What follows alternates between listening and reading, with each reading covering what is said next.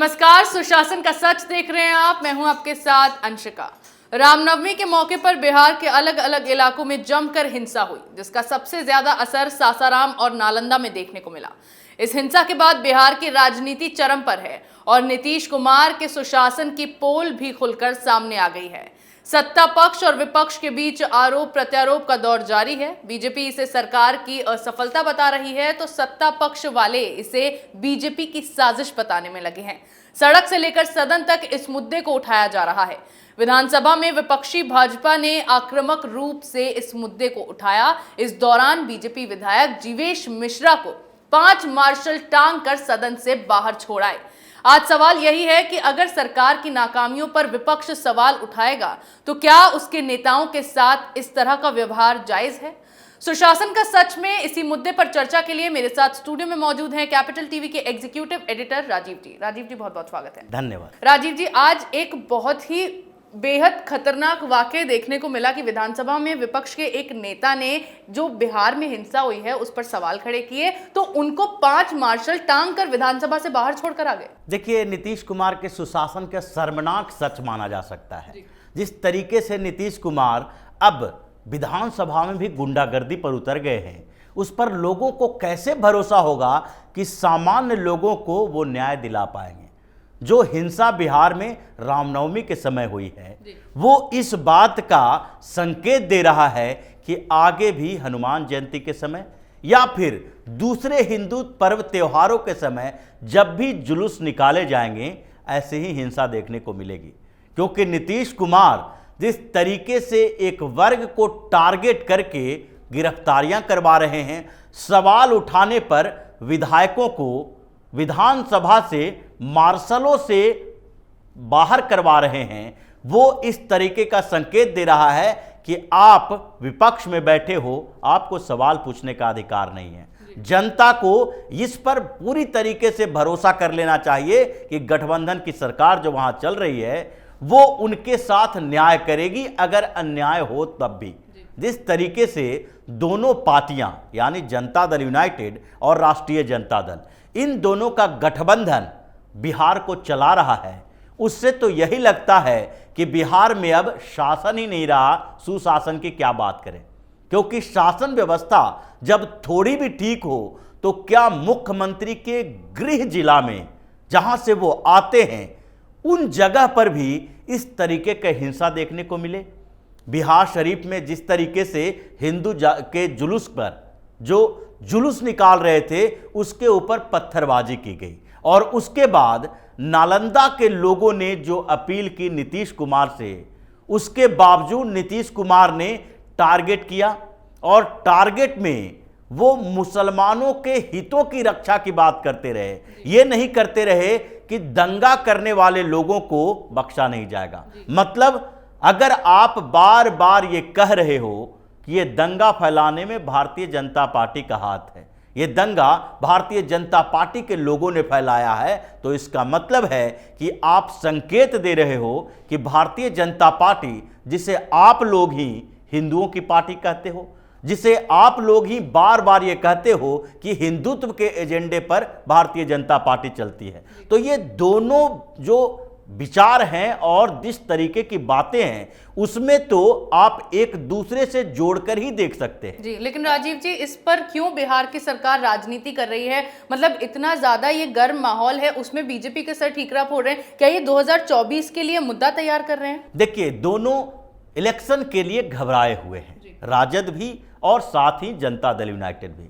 नीतीश कुमार जब से इस बार भारतीय जनता पार्टी को छोड़कर राष्ट्रीय जनता दल के साथ आए, उस समय से इनकी छवि पहले से जो खराब थी अब और बिल्कुल ही नफरत वाली हो गई है। ये सामान्य लोगों की बात नहीं है। जो बिहार में स्ट्रेटजी बनाने वाले प्रशांत किशोर हैं, जो नीतीश कुमार के साथ इतने दिनों तक काम किए, जो लगातार बिहार में सर्वे कर रहे हैं, उन्होंने भी कहा कि पहले तो नीतीश कुमार अविश्वसनीय माने जाते थे, लेकिन अब लोगों को उनसे नफरत और घृणा होने लगी है। क्योंकि जिस तरीके से नीतीश कुमार ने राजनीतिक अविश्वसनीयता का परिचय दिया है, उससे अब लोगों का भरोसा ये नहीं है कि अब अगर महागठबंधन के साथ ये चुनाव लड़ रहे हैं तो हो सकता है कि चुनाव के तुरंत बाद ये फिर से पलटी मार लें, या फिर अगर लोकसभा चुनाव में महागठबंधन की बुरी तरीके से हार होती है तो फिर से ये भारतीय जनता पार्टी के साथ चले जाएं। क्योंकि पहले के चुनावों में भी ऐसा ही हुआ। जब पहले 2014 का चुनाव हुआ, 2014 के चुनाव में नीतीश कुमार ने प्रधानमंत्री के उम्मीदवार के तौर पर नरेंद्र मोदी का नाम आगे आने के बाद उनके साथ भारतीय जनता पार्टी के साथ गठबंधन तोड़ लिया और फिर अलग अलग चुनाव लड़े गए। जब इनका सुपड़ा साफ हो गया तो इन्होंने नया एजेंडा तैयार किया। 2015 में राष्ट्रीय जनता दल के साथ गठबंधन किया, लेकिन 15 का चुनाव जीतने के बाद भी ये लालू प्रसाद यादव के पार्टी के साथ ज्यादा दिन तक रहे नहीं। 2 साल के अंदर ही इनका मोह भंग हो गया, फिर भाजपा के साथ आ गए और भाजपा के साथ ही 2019 का लोकसभा चुनाव लड़ा, फिर उसके बाद 20 का विधानसभा चुनाव लड़ा और अब बीच में ये राजद के साथ आ गए हैं। लेकिन इनकी परीक्षा कब होगी? यानी कि आपने नया गठबंधन बनाया, उसकी परीक्षा तो चुनाव में ही होगी और 2024 में जो लोकसभा का चुनाव होगा उसमें नीतीश कुमार और राजद के बीच का गठबंधन जो है, ये पूरे 7 पार्टियों का जो महागठबंधन है, इस गठबंधन की हार होती है तो नीतीश कुमार फिर से सोचने पर मजबूर होंगे अगला विधानसभा हम किसके साथ लड़े। तो ये पलटी मारने की जो राजनीति नीतीश की है, ये जो इतने अविश्वसनीय हो गई है कि लोगों का भरोसा टूट चुका है। और ऐसे में नीतीश कुमार को लगने लगा है कि अब अगर मुसलमान हमारे साथ नहीं रहे, यहां पर जातीय राजनीति बढ़ाया नहीं गया, जिसके लिए जातीय जनगणना की बात कर रहे हैं, तो फिर हमारी हार सुनिश्चित है और इसलिए ये पूरा का पूरा स्क्रिप्ट तैयार किया जा रहा है दंगा फसाद कराने का और इनके विचारों को आगे बढ़ाने का। जी बिल्कुल। इस बीच बिहार के डिप्टी सीएम तेजस्वी यादव का भी बयान सामने आया है, जिसमें उन्होंने कहा है कि मैं सीएम और डीजीपी से मिला और उन्होंने अपने विचार व्यक्त किए कि जो लोग इसमें शामिल हैं उन्हें बख्शा नहीं जाएगा, सरकार सख्त कार्रवाई करेगी। हम देख रहे हैं कि बिहार को लगातार निशाना बनाया जा रहा है। पहले बिहार को तमिलनाडु के लोगों से लड़ाने की कोशिश की गई और अब ये दंगे, हम इसे बर्दाश्त नहीं करेंगे। राजीव जी, एक तरफ तो तेजस्वी यादव कह रहे हैं कि जो दंगे भड़का रहे हैं उन्हें बख्शा नहीं जाएगा, दूसरी तरफ राबड़ी देवी भी ये बयान दे रहे हैं कि ये सुनियोजित साजिश है बीजेपी की। और जब उनसे अमित शाह की रैली में जो उन्होंने बोला कि दंगाइयों को अगर बीजेपी की सरकार आती तो उल्टा लटका के उनको सबक सिखाया जाएगा, इस पर सवाल जब राबड़ी देवी से किया गया तो उन्होंने ये कह दिया कि वो तो आने वाला वक्त बताएगा कि चुनाव में अमित शाह ही कहीं उल्टे लटके ना मिले। उन्होंने ये बयान दिया है। तो क्यों बार बार इस तरीके की बयानबाजी ये करें? क्या ये अमित शाह के स्टेटमेंट से घबरा गए हैं? और अगर तेजस्वी यादव ये कह रहे हैं कि बख्शा नहीं जाएगा दंगाइयों को, तो कार्रवाई क्यों नहीं हो रही उसके बाद? देखिए, ये अमित शाह के बढ़ती लोकप्रियता, भारतीय जनता पार्टी के बढ़ते आधार से घबरा गए हैं। इनको लगने लगा है कि जिस तरीके की राजनीति इन लोगों ने शुरू की, इस बीच पहले तो ये तेजस्वी यादव को हीरो बनाने की कोशिश किए, लालू यादव की पूरी छवि इनसे अलग करने की कोशिश की। ऐसे बताया गया कि तेजस्वी यादव यूथ लीडर हैं, अब पुराना वाला राजद नहीं है। राष्ट्रीय जनता दल जिसकी बात की जाती थी लालू यादव के समय, राबड़ी देवी के समय, वो जंगल राज की बात नहीं है। अब युवा नेता सामने आए हैं, तेजस्वी यादव की छवि अलग है, ये जो भ्रष्टाचार से अलग हैं, भ्रष्टाचारी नहीं हैं, लोगों के साथ कैसे मिलते जुलते हैं। लेकिन धीरे धीरे तेजस्वी यादव की भी पोल खुल गई। तेजस्वी यादव के ऊपर जो भ्रष्टाचार के मामले चल रहे हैं उसमें सीबीआई भी पूछताछ कर रही है, ईडी भी पूछताछ कर रही है। तो इसके बाद अब इन लोगों को लगता है कि तेजस्वी यादव को एस्टेब्लिश तो किया नहीं जा सकता, तो अब एजेंडा ऐसा बनाओ जिससे कि यहाँ के अल्पसंख्यकों को लगे, यहां के मुसलमानों को लगे कि भारतीय जनता पार्टी के बढ़ते आधार का डर दिखाओ। ये एकजुट होकर वोट नहीं करेंगे तो भारतीय जनता पार्टी को कमजोर नहीं किया जा सकता है, क्योंकि अब इनका एजेंडा बिहार के लोग समझ चुके हैं। न तेजस्वी यादव और न ही नीतीश कुमार, इन दोनों पर लोगों का भरोसा नहीं है, क्योंकि बातों से कार्रवाई नहीं होती है, एक्शन लिया जाना चाहिए। और अगर एक्शन शुरू दिन लिया जाता तो 3 दिन तक लगातार सासाराम में बम नहीं फूटते, बिहार शरीफ में दंगे नहीं होते, और एक्शन अगर शुरू दिन से ही लिया जाता तो इनको ये बताने की जरूरत नहीं पड़ती कि दंगाइयों के साथ हम सख्त कार्रवाई करेंगे।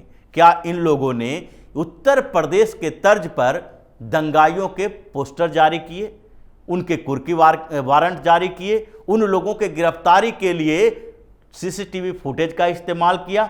इन लोगों ने सिर्फ बातें की और पुलिस को यह बताया कि आप मीडिया ब्रीफिंग में बताते रहो कि हम 100 लोगों को गिरफ्तार कर चुके हैं, 50 लोगों को कर चुके हैं, लेकिन रात में गिरफ्तार किया, सुबह में छोड़ दिया। ये ऐसी एक्टिविटी रहेगी तो उसके बाद दंगा तो भड़केगा ही।